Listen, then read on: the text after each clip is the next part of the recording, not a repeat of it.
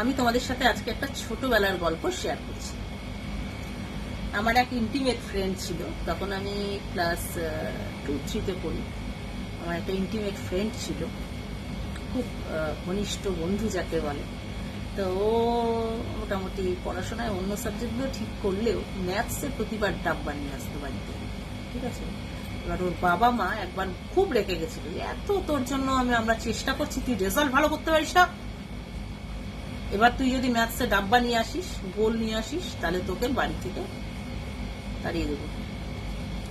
তো আমার ওই বন্ধু তো খুব কান্নাকাটি করতো। এবার বাবা মা তো প্রচন্ড মারবে, বাড়ি থেকে না তাড়ালেও তো আমার কপালে এবার উত্তম মধ্যম আছে। তো ও না রেজাল্ট যেদিন আউট হয়েছে আমাকে বলছে, তুই একটু আমার সাথে যাবি। আমি তো রেজাল্ট এবার ভালোই করেছি ম্যাথসে, আমাকেও পর্যন্ত ওর রেজাল্টের মার্কসটা বলেছিল না। আমি বললাম, বল কিরকম রেজাল্ট করলি। বলে এবার একদম কেল্লা ফতে, একদম ঝাক্কাস রেজাল্ট করেছি, ঝাক্কাস।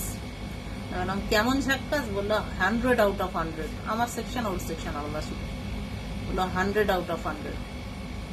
তখন আমি বললাম 100 out of 100, এত রেজাল্ট ভালো হয়েছে ম্যাথসে। তখন আমার ফ্রেন্ড আমাকে বলল, আমার বাবা মা না তবুও আমাকে বিশ্বাস করবে না, তুই চল ভাই আমার সাথে, আমার বাবা আমাকে একটু সামলাবি, তুই চল আমার বাড়িতে। ঠিক আছে তাহলে চল তোদের বাড়িতে যাই। এবার গিয়ে ওর বাবা মা তো জিজ্ঞাসা করেছে, কি রে কেমন রেজাল্ট হলো। তখন ও বলছে, আমি এবার ফাটিয়ে দিয়েছি ম্যাথসে। কত পেয়েছিস তুই? 100 out of 100। বাবা মার তো বিশ্বাস হয় না। বাবা মা তো ওই মার্কসটা শুনেই, 100 out of 100 শুনেই সঙ্গে সঙ্গে যা হাতের কাছে পেয়েছে ধুলাই আরম্ভ করেছে, একদম সার্ফ এক্সেল কি ধুলাই, প্রচন্ড ধুলাই।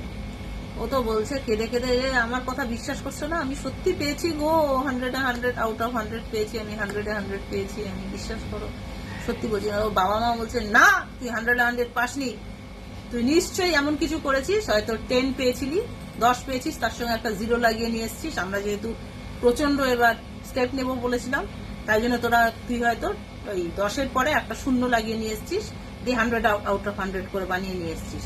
হতেই পারে না, আমরা গিয়ে স্কুলে কপি চেক করবো, টিচারকে বলবো। তো কোনো বাবা মা স্টুডেন্ট, ও তো কান্নাকাটি করছে, হাত পায়ে ধরছে।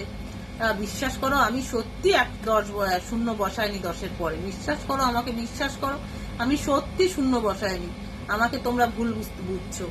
আমি কান্নাকাটি, হাতে পায়ে ধরা, বাবা মা তো কিছুতেই বিশ্বাস করে না। আমিও আন্টি আঙ্কেলকে বললাম, হ্যাঁ আন্টি আঙ্কেল বিশ্বাস করো, ও হয়তো 100 পেয়েছে, 100 out of 100 পেয়েছে, তোমরা কেন এরকম করছো, প্লিজ আর করো না, ওকে এরকম এত মারধর করো না, প্লিজ ছেড়ে দাও। তো আঙ্কেল আন্টি বলছে, না তুই চুপ কর, তোর রেজাল্ট ভালো হয় বলে কি ওর রেজাল্ট ভালো হয় নাকি, ও তো জানিস ম্যাথসে প্রত্যেকবার ও ডাব্বা নিয়ে আসে, তো তুই কেন ওর হয়ে এত সাপোর্ট করছিস, গুণ গাইছিস, তোকে পর্যন্ত এবার মারবো, ধরে ধরে পিটাবো। আমি তো ভয়ে চুপ করে, একদম ছোটবেলায় তো একটু চুপসে গেলাম, চুপ করে। তারপরে কি হয়েছে শোনো, বাবা মাকে তো কিছুতেই ও কনভিন্স করাতে পারছে না যে ও সত্যি 100 out of 100 পেয়েছে।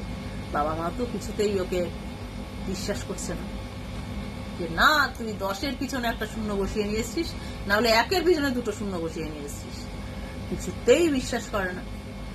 তারপর কিছুক্ষণ পরে জানা যায় যে কেসটা, সেটা এখন আমি পর্দা ফাঁস করি। সত্যি বাবা আমাকে মিথ্যা কথা বলেনি, ও কিন্তু 100 পায়নি। ও বাবা মার কথাও কিন্তু যা বলছিল সেটাও করেনি, যে পরে একটা 0 বসানো বা 2 শূন্য বসানো, এসব করেনি। ও একটা 1 বসিয়েছিল সবার আগে, ঠিক আছে। ও অ্যাকচুয়ালি শুরুতে একটা 1 বসিয়েছিল, এটাই ওর ভুল ছিল, সে যাত্রায় বাঁচার জন্য। কেমন লাগলো জানিও।